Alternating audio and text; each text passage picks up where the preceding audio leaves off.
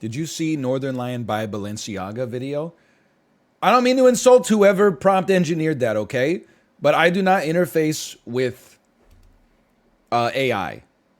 If you ever tweet me a video that is like, check it out, I put like a prompt into Mid Journey or Chat GPT-4 or something like that, I don't fuck with it. I just scroll past because I just don't care. You didn't do anything. Someone draws a picture. Maybe the picture is a 2 out of 10. Maybe the picture is a 10 out of 10. I click the heart and I say, thanks, this is amazing. They put their heart and soul into it. Someone typed into a window, Northernlion, but, you know, with a mohawk or something like that. I don't care. There's no spirit there. There's no fire. There's no passion. Just a click.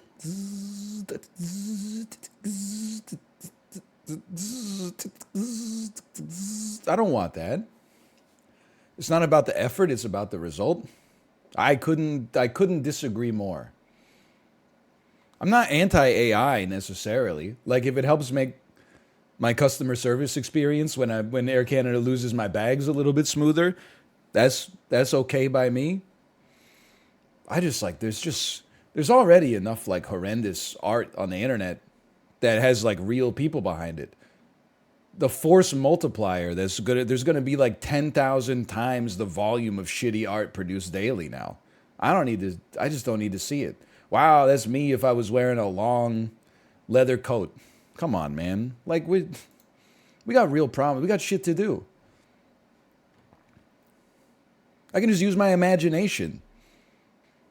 I'm not anti-AI. I'm anti the people who are so pro AI and it's not even like I'm coming from second principles, which I'm admitting is not fair. But when you sign on to Twitter and every single day is just a bunch of people who are like, I exited Stripe as employee number 75 and now like my whole life is just tweeting about how good Chat GPT-4 is, you would be annoyed as well. You would be skeptical. I'm sure that, you know, I mean, we're at the ground floor, but at the same time, I look at it almost like, you know, in the early 20th century, people just like baked bread and everyone was like, holy shit, this bread is so good. And then like they started making bread in enormous factories with bleached flour and preservatives and uniform loaves. And the bread tasted like shit, but you could sell it for like 3 cents a loaf and it never went bad. And an entire generation was like, look at how much bread we're making. Look at how much bread we're making. And then finally, in like the last 15, 20 years, people are like, I don't want that bread anymore. I want the bread where I'm willing to pay a little bit more for the baker who's been doing it for 40 years and his forearms look like Stanley Tucci's. And then the bread has a uniqueness. You know, every loaf is a little bit different. It's got a different ear to it. It's the air bubbles don't pop up in exactly the same way.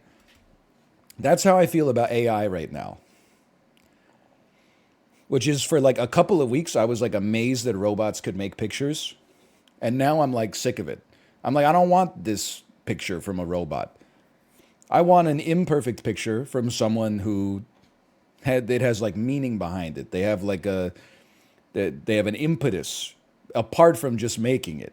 Like the impetus is like they felt something and they wanted to create an actual effect on the world instead of just like, wouldn't it be funny if Samuel L. Jackson was the commander of the USS Enterprise? Like, I care less about the results of the AI and more about the fact that I would rather have a human being make it, even if like the picture, quote unquote, looks worse.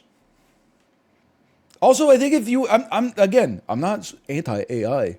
I'm invested in the S&P 500. I have to be at least a little pro-AI because this is what every company's pivoting to. However, I think if you were a creator, you might also find yourself in my shoes and be a little bit more annoyed with AI. If every 3 days your friends came to you and were like, hey, check out what I made. Write a joke in the style of Greg. And then they're like, it's amazing. It's just like you. And then it was the worst fucking joke you'd ever seen in your entire life. And they thought it was like a 1-to-1 recreation of your personality. You would be like, get this shit out of my face. This robot fucking sucks and has it's humorless.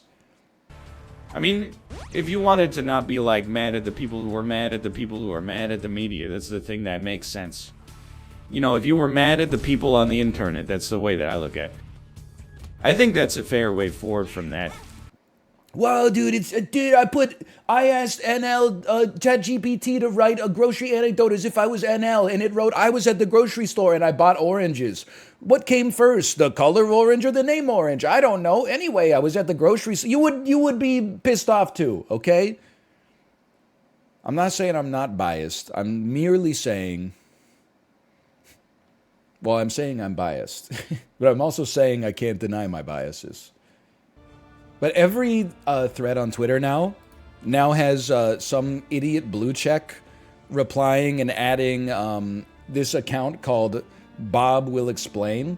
And it's like an AI account that explains the context for like the joke or whatever the original tweet was. And like 90% of the time, it's literally just wrong, which is very funny. But at the same time, it's like... It's so irritating. It'll be like, hey, Bob Will Explain. Can you explain this?